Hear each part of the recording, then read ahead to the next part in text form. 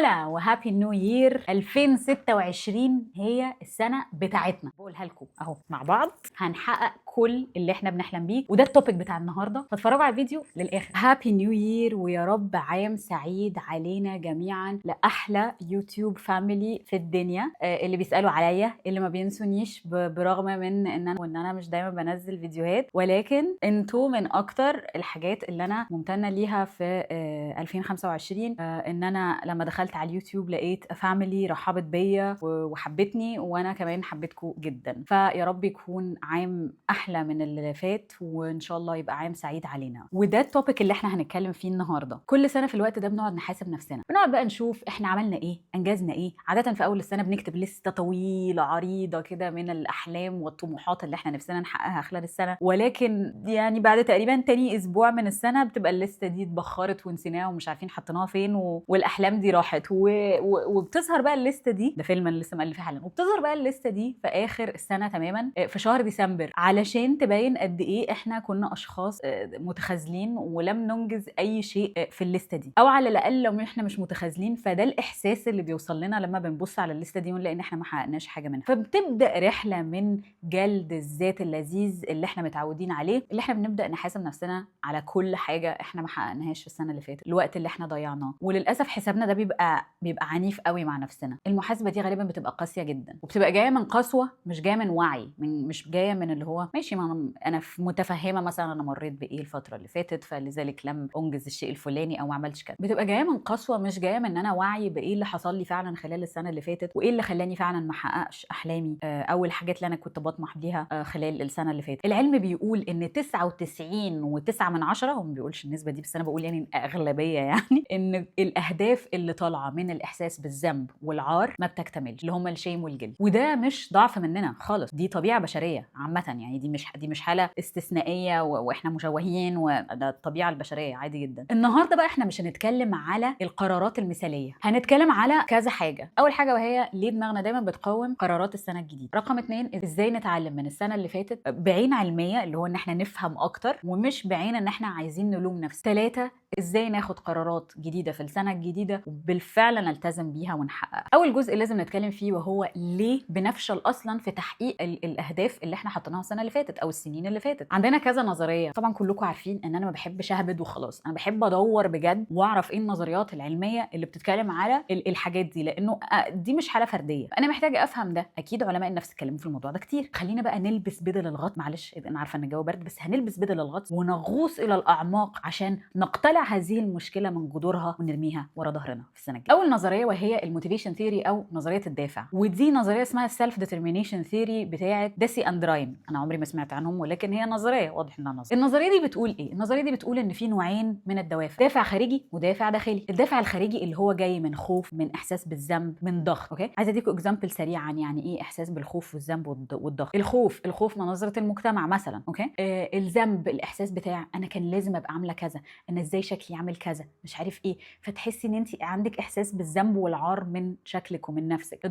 الضغط من المجتمع، ان في حاجات معينه مجتمعيه مطلوبه مننا فلازم نبقى بنعمل 1 2 3، واحنا لو ما بنعملهمش فاحنا اوتوماتيكلي عندنا حاجه اسمها البير بريشر او ضغط الناس اللي حوالينا يعني. طيب ده الدافع الخارجي. الدافع الداخلي بقى جاي منين؟ الدافع الداخلي ده بيجي من 3 حاجات برضو: معنى، اختيار، وحب. يعني ايه؟ يعني الدافع الداخلي ده هيجي من ان انا بدور على مثلا معنى الحياه، او في حاجه معينه ليها قيمه ومعنى معين في حياتي، عشان كده محتاجه ان انا اغير الحاجه دي او انفذ الحاجه دي. من اختيار مثلا لاتس سي انا مثلا هاكل اكل صحي مثلا، او اكل صحي اكتر، فان انا بختار صحتي، بختار نفسي في حاجه. ومن حب، مش جاي من كره، مش جاي من ان انا شكلي مقرف ومش قادره ابص لنفسي في المرايه فمحتاجه اغير ده، لا، جاي من حته ان انا حلوه وبحب نفسي، ولكن عشان انا حلوه وبحب نفسي فانا محتاجه ان انا اعمل الاصلح لنفسي. مش معنى كده ان انا هجوع نفسي تماما، هاكل زيتونه في اليوم، هاكل بيضتين في اليوم واند ذات ست علشان اخس، عشان اقدر ابص لنفسي تاني في المرايه. وده ليه اسباب كتيره، انه لما بنقع بنحس بالفشل، وده هنتكلم عليه. فعشان كده هو لازم يبقى جاي من من حته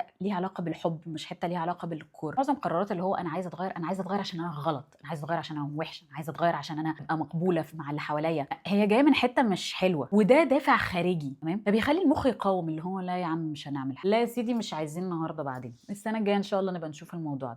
وبيخش بقى المخ طبعا يجود ما عنده. انتوا عارفين المخ جميل وذكي ولماح سبيشالي في الحاجات دي بالذات. فعشان كده لما هو بيقول انا لازم اتغير عشان انا غلط، بيديك دفعه حماس كده اللي هي بتقعد تقريبا يوم الا ربع، ويعني ساعات نص يوم وما بتكملش. فده اللي بيخلينا بنبدا بحماس، بنكمل بارهاق، وبنزحف بقى على بطننا، بننتهي باحباط، نهايه حزينه، فيلم كئيب. مش عايزين ده، عايزين نلغي هذا الفيلم. اللي بيحصل ده مش لاننا ناس ضعيفه خالص، انما لان الدافع اللي بيدفعنا غلط. رقم 2 وده اتكلمنا عليه قبل كده، وهو الايديال سيلف جاب، او وهم النسخه المثاليه، واتكلمنا عن ده كتير قبل كده. كارل روجرز اتكلم عن المعاناه اللي احنا بنعاني منها، وهي فكره ان انا ببقى راسمه صوره مثاليه لنفسي. الفرق ما بين انا الحقيقيه اللي هو انا فعلا، وما بين انا المثاليه اللي هي انا اللي انا نفسي اكونها، اللي هي perfect human being، اللي هي ما بتغلطش وبتعمل كل حاجه صح، ولو قررت حاجه لازم بتنفذها، بتعرف تعمل 400 حاجه قبل الساعه 7 الصبح، على طول متحمسه، على طول بوزيتيف، على طول الشخصيات الوهميه. احنا كل واحد فينا عنده نسخه وهميه هو دايما راسمها لنفسه في خياله. فدايما عندنا احباط داخليا اصلا، غير الاحباط اللي جاي لنا من بره، اللي هو الضغط اللي جاي علينا من بره، اللي هو المفروض اصلا نبقى عاملين ازاي. في كمان احنا من جوانا عاملين بقى الصوره المثاليه دي، اللي هي لما بنقارنها باحنا فين دلوقتي، بيبقى في كميه احباط، اللي هو اكسبكتيشن فيرسز رياليتي، اللي انا متوقعاه فيرسز الحقيقي. فده فرق كبير. احنا دايما بنحط قرارات واهداف بناء على النفس المثاليه، اللي هو شخص لا يتخاذل، عمره ما بيحس بتعب اصلا، دايما ايا كانت الظروف، النمر الاسود هينزل يجري في المطره بالشورت، يعني اللي هو الشخص المثالي ده. فاحنا بنحط قرارات بناء على هذا الشخص المثالي، اللي هو شخص منظم وعنده دايما طاقه، يعني ضد الميه، ضد النار، ضد الحشره، ضد الفار. ده شخص كده ايه، بايونيك. بس الواقع ان احنا بني ادمين، فبالتالي احنا اصلا حاطين جولز وحاطين اهداف unrealistic من الاول، يعني مش واقعيه اساسا. فكل ما الفرق ده بيكبر، الالتزام بيقل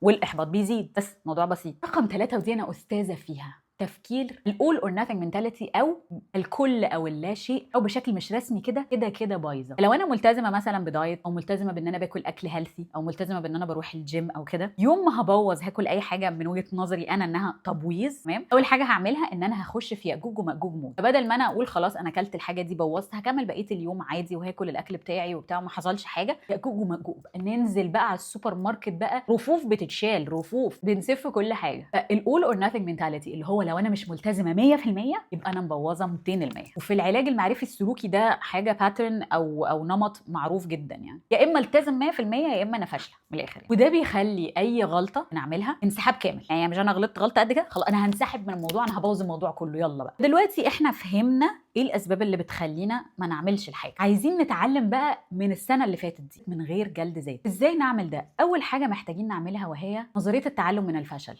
الجروث مايند سيت. كارول دويك من اكتر الناس اللي اتكلمت على نظريه ازاي نكبر من الفشل. وكانت دايما بتقول ان في نوعين من العقليات، عقليه ثابته بتقول الفشل ايكوال انا فاشله، مش فشل انا اللي فاشله، وعقليه ناميه اللي هي جروث مايند سيت اللي هي بتتعلم وبتكبر، واللي هي الناس اللي بتفكر بان الفشل بيساوي تجربه بتعلمني الاخر، مش اكتر من كده ولا اقل من كده. السنه اللي فاتت اللي انا ما قدرتش احقق فيها ولا حاجه من الاحلام اللي انا كنت حاطاها لنفسي، دي مش سنه فشل، يعني انا كده ما فشلتش في السنه دي، مش هنشيلها من تاريخنا ونلغيها، وهي مش شهاده فشل، يعني هي مش شهاده واخده فيها انا كحكه في المصري يا جماعه، يعني سقوط، يعني واخدين زيرو يعني. هي مش سنه انا واخده فيها كحكه خالص، هي السنه دي عباره عن داتا في حد نفسها، داتا هتفهمني ايه اللي انا مريت بيه، ايه التجارب اللي انا عشتها. فخلينا نبص لها كاصلا داتا، بيانات، معلومات عني وعن نفسي وعن حياتي اقدر ان انا اتعلم منها. محتاجين من هنا نبدا ان احنا نعمل تمرين لنفسنا، وهو ان احنا نسال نفسنا سؤال، ايه اللي انا حاولت اعمله وما كملش، ونبدا نبص لنفسنا من نظره فيها فضول، مش نظره فيها حكم. يعني بدل ما اقول ايه اللي انت بقى خططتي له وفشلتي فيه، ما طبعا ما انت اصلا فاشله، لا يعني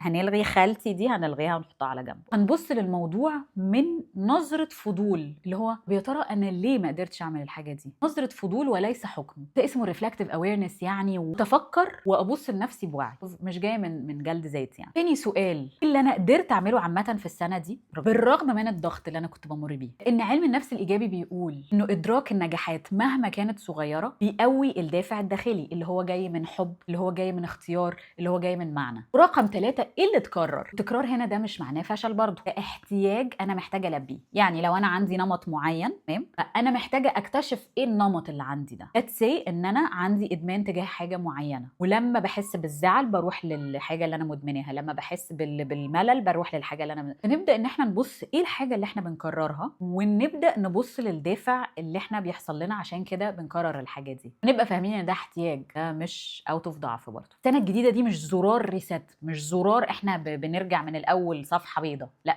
continuation، يعني ده استمراريه لحياتنا. فما تحطوش ضغط كتير قوي كده من على يوم واحد، ما تضغطوش عليه للدرجه دي، لان هو مش بيمسح السبوره وهنبدا من الاول، هو continuation، واحنا هنكمل، هنسيب السبوره اللي فاتت زي ما هي، نتعلم منها اللي موجود ونكمل عليها. محتاجين نفهم برضو شويه حاجات عشان يسهل علينا الموضوع. التغيير مش صعب، ولكن محتاج ان احنا نفهم. اول حاجه محتاجين نفهمها في التغيير هي نظريه الهويه السلوكيه او الايدنتيتي بيزد هابتس، دي اللي اتكلم عليها جيمس كلير. ان التغيير مش بيحصل لما بقول انا هتغير، انا هعمل كذا، بس قررت انا اتغيرت. لحظه واحده بس، ثواني دقيقه نفهم. التغيير بيجي لما بنقول انا شخص بيحاول يرجع، انا شخص بيحاول يعمل كذا. مهم قوي ان احنا نفهم ان السلوك بيطلع من الهويه، اوكي، مش ان الهويه بتطلع من السلوك. يعني ايه؟ يعني ان الباترن بتاعنا او ايا كان الحاجات اللي احنا بنكررها او الانماط بتاعتنا بتطلع من هويتنا، بتطلع من احتياجاتنا. محتاجين نفهم احتياجاتنا، محتاجين نفهم ايه الحاجات اللي احنا اتعودنا دايما نعملها، عشان نفهم ان احنا محتاجين نكسر العادات دي. انا عارفه ان انا ضعيفه تجاه كذا، فانا هحاول ان انا ابطل كذا، هحاول ان انا ابطل كذا، ده بان انا ابدل العاده دي مثلا بعاده تانية.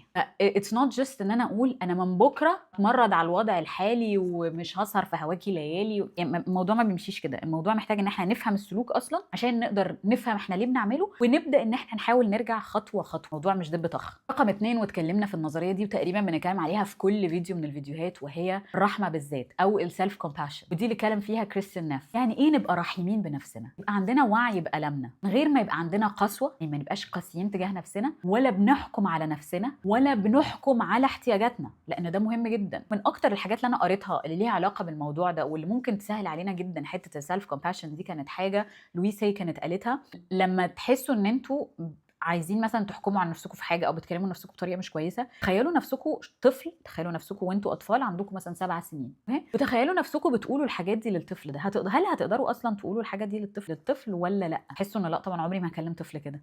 كلموا نفسكم زي ما بتكلموا طفل عنده 7 سنين، كلموا نفسكم زي ما بتكلموا حد انتوا بتحبوه. تقولوا لهم الكلام ده دب طخ كده في وشهم ولا لا؟ دايما يعني دايما اصحابنا يبرروا لنا لما نعمل حاجه غلط: ايوه بس انت كان كذا كذا كذا كذا كذا. ليه ما بنبقاش احنا اصحابنا بقى؟ يعني ليه احنا بنعمل لهم ده وهم بيعملوا لنا ده، بس احنا عمرنا ما بنعمله لنفسنا؟ دي اهم حاجه فيهم، السيلف كومباشن. وقعنا معلش ونطبطب على نفسنا ونقوم نفسنا ونكمل، مش هيجرى حاجه. ده من اهم النظريات عامه اللي احنا محتاجين نشتغل عليها. ازاي بقى نحط نوايا جديده لنفسنا؟ شفت انا ازاي ما قلتش اهداف، قلت نوايا، اتس ان انتنشن عايزين نحققها. ازاي نحط نوايا جديده للسنه الجديده بطريقه عمليه وعلميه؟ رقم 1 هنبدا بحاجه اسمها مبدا الحد الادنى، المينيمال فايبل هابت. يعني المخ بيحب الاحساس بالنجاح، هو مين ما بيحبش الاحساس بالنجاح اصلا؟ هنبدا بحاجه مضمونه، حاجه سريعه، ما تبقاش تشالنجينج قوي. ليه؟ لما هنحس ان احنا بدانا نحقق الحاجات، يبدا يبقى عندنا ثقه في نفسنا، وهنبدا نحس انه لا تمام جدا، انا هقدر اكمل، ما انا حلوه اهو، ما انا شاطره اهو، طب ما انا اكمل اهو. هنبدا بايه؟ بالحد الادنى، يعني نوايا صغنونه. رقم 2 هنبدا بنوايا مبنيه على الاحتياج او النيدز بيزد جولز. نسال نفسنا: هل انا محتاجه امان، راحه، محتاجه تنظيم؟ ايه اللي انا محتاجاه؟ مش انا ناقصه ايه. هنكلم نفسنا بطريقه مختلفه تماما. يمنى محتاجه ايه؟ ساره محتاجه ايه؟ سلمى محتاجه ايه؟ مين محتاج ايه؟ هنبدا نحط النوايا بتاعتنا بناء على احتياجاتنا، مش بناء على اللي بيتقال لنا من بره انت لازم تبقي كذا. فاهمين الفرق؟ هيبقى من هنا الدافع جاي داخلي مش خارجي. رقم 3 وهو التخطيط المرن، psychological flexibility. المرونه النفسيه مهمه جدا جدا في الرحله بتاعتنا عموما، في حياتنا عموما. ليه؟ لان المرونه النفسيه بتساوي القدره على التعديل بدون جلد الذات. يعني ايه؟ يوم ما هنعمل حاجه غلط مش هقف اجلد نفسي 200 جلده، تمام، وهتذنب بقيه حياتي على الحيطه لحد لما يبان لي صاحب. خلاص انا لازم يبقى عندي مرونه نفسيه. انا غلطت، عملت حاجه غلط، قلت حاجه ما كانش المفروض اقولها، ايا كان التصرف اللي انا عملته، نتعلم ايه من التصرف ده؟ ان انا بعد كده اعمل 1 2 3 بدل 3 4 5. بس كده خلاص. ما تحطش نجلد ذاتنا بقى، لان جلد الذات بيخليكوا في نفس الدايره، ما تطلعوش منها. لازم يبقى عندنا مرونه نفسيه، اللي هو اتعلمنا ايه، يلا هنمشي. المخ عنده قدره انه يفضل ستاك في نفس الحته 200 سنه، فما تدلوش الفرصه. الفرصه دي. يلا حبيبي يلا هنمشي من هنا، هنمشي، لا مش هنقعد نجلد ذاتنا ونعيط في الكورنر. يلا يلا يلا خلاص ادينا اتعلمنا الدرس، يلا نتكل على الله. ده اهم مؤشر للاستمراريه عموما، ان احنا يبقى عندنا المرونه النفسيه دي، ان احنا نقدر ان احنا نمشي من الحاجه، ان احنا نقدر ان احنا نتعلم منها ونموف فورورد.